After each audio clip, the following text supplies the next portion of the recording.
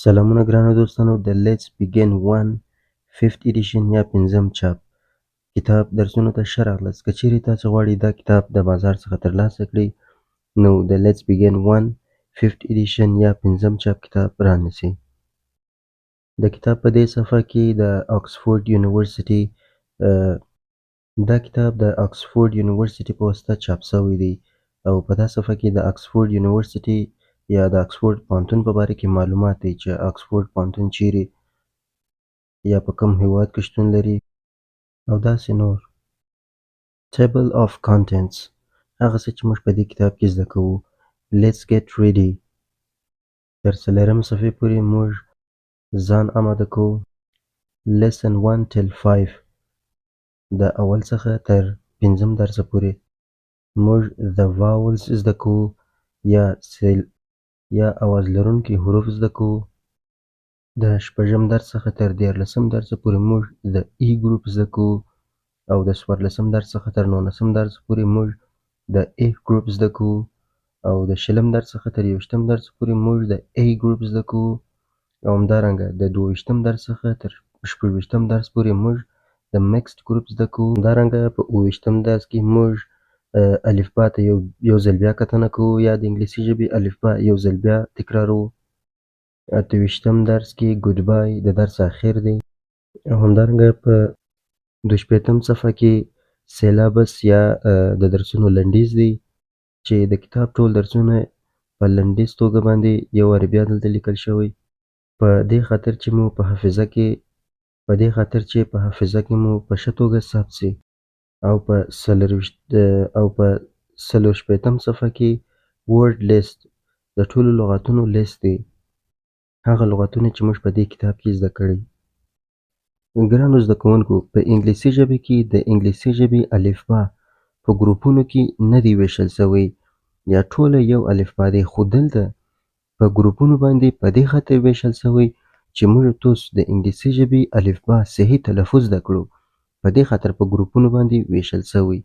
مثلا لومړی راځو د واول خو معلومدار اواز لرونکي حروف دي چې دا درسونو په اخر کې دا زموږ زده کیږي. راځو د ای ګروپ ته. ګوره د ای ګروپ دا الفبا څو حروف په دې خاطر د ای په ګروپ کې راغلي چې دا هر یو د ای اواز ورکوي. مثلا سی، بی، ډي، ګوره ای دا رقم اواز ورکوي. پی، ټي، وی، زی، په دې خاطر چې د حروف په اخر کې ای راځي، په دې خاطر دا توري د ای په ګروپ کې راغلي دي. او همدارنګه په بل ګروپ کې د ګروپ دی. ګوره د ګروپ اف، ال، ام، ګوره راغلی دی. ان، اس، اکس، ګوره راغلی، په دې خاطر د په ګروپ کې راغلي دا حروف. او همدارنګه د ای ګروپ لرو، د ای په ګروپ کې جی، کی، ګوره ای راغلی، په دې خاطر دا حروف د ای په ګروپ کې راغلي.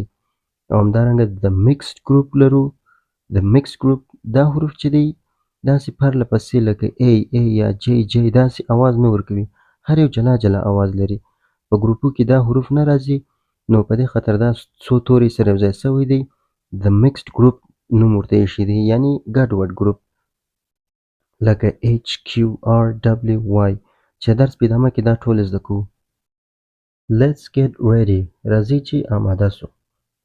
Listen and point اشاره غوږ ونیسئ او اشاره ورته وکړئ. The vowels اواز لرونکي حروف. په انګلیسي ژبه کې اواز لرونکي حروف دغه 15 حروف دي چې هم په کوچنۍ توري لیکل شوی او هم په غټ. راځئ چې ویل ولو. The vowels اواز لرونکي حروف A, E, I, O, U. دا 15 سره د انګلیسي ژبې اواز لرونکي یا vowels حروف دي. The E group هغه حروف چې په ای سره ختمیږي هغه د ای په ګروپ کې حسابل کیږي، لکه سی، جی، بی، ګوري هر توری ای لري په اخر کې، نو د ای په ګروپ کې حسابل کیږي. ډي، پی، ټي، وی، زی دا حروف د ای په ګروپ کې حسابل کیږي. د ا ګروپ هغه توري چې په ا باندې شروع کیږي هغه د ا په ګروپ کې حسابل کیږي، لکه F L M ګوره ا N S X. یو ځل بیا F L M N S X. د A ګروپ د A په ګروپ کې دغه دوه حروف راځي. د A ګروپ J K ګوره A راځي په آخر کې J K. The mixed group په mixed group کې یا ګډوډ موږ وویل چې دا توري سره ګډ دی او داسې یو ډول اواز نه لري، په دې خاطر هغه حروف چې مختلف اوازونه درلودل هغه ټول سره یو ځای کړي او mixed group یې ځینې جوړ کړي، یعنی ګډوډ ټول یو ډول نه لري اواز. مثلا H Q R W Y. ښه نو ګرانو زده کوونکو، تر دې ځایه د Let's Get Ready برخه ختمه شول. تر دې ځایه تاسې زده کړل چې واول حروف کوم حروف دي او مثلا د ای ګروپ کې کوم حروف راځي، د ا په ګروپ کې کوم حروف راځي، د ای په ګروپ کې کوم او د مکسډ په ګروپ کې کوم توري یا حروف راځي. دا باید تاسې زده کړئ. اوس نو راځو خپل لومړی درس. لکه څرنګه چې تاسې د الفبا تورو په سر کې عکسونه یا تصاویر هم وینئ، نو د هغه نومان د درس په ادامه کې زده کوو. Lesson 1 لومړی درس A. Let's learn. راځئ چې زده کړو. Learn the words. لاندې لغتونه زده کړئ. لومړی د A په توري باندې موږ لغتونه زده کوو. A د ا اواز ورکوي. د لوستلو په وخت کې کله چې لغات سره یو ځای کېږي د ا اواز ورکوي. A ا لکه لومړی A Andy A Andy. دوهم A Ant میږی. Andy نوم دی او Ant میږي ته وایي په انګلیسي ژبه کې. A Ant. درهم A Alligator A Alligator سمساره. څلورم A Apple A Apple سیب. A A د ا اواز ورکوي د لوستلو په وخت کې، لکه Andy Ant Alligator Apple. ملګرو د Let's Go کتابونه ټوله سیډیانې هم لري، لکه اوس د A chant دلته لیکلي د A chant د A سندره یا شعر، ټوله د سندرې په ډول داسې کوچنی موزیک یا سندره هم لري چې په دې خاطر چې ستاسې الفبا په ذهن کې مثلا د A توري لغتونه په ذهن کې پاتې سي، داسې یو سندره کوچنکی سندره ورته د A په توري جوړ سوی. The A chant.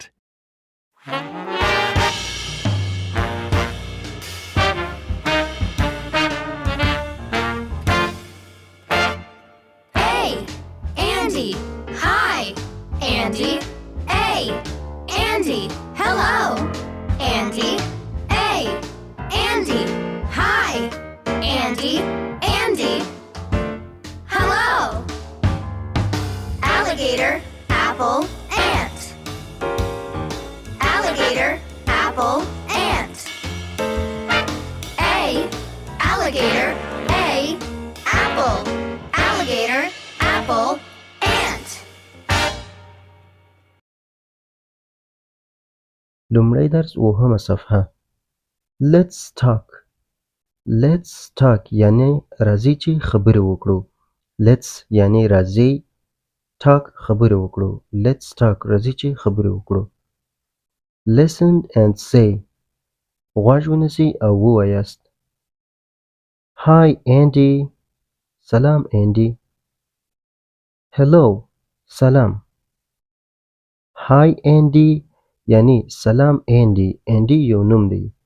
هاي انډي سلام انډي او انډي ورته وایي hello هغه هم ورته سلام وایي. هاي او هیلو دواړه د سلام معنا ورکوي.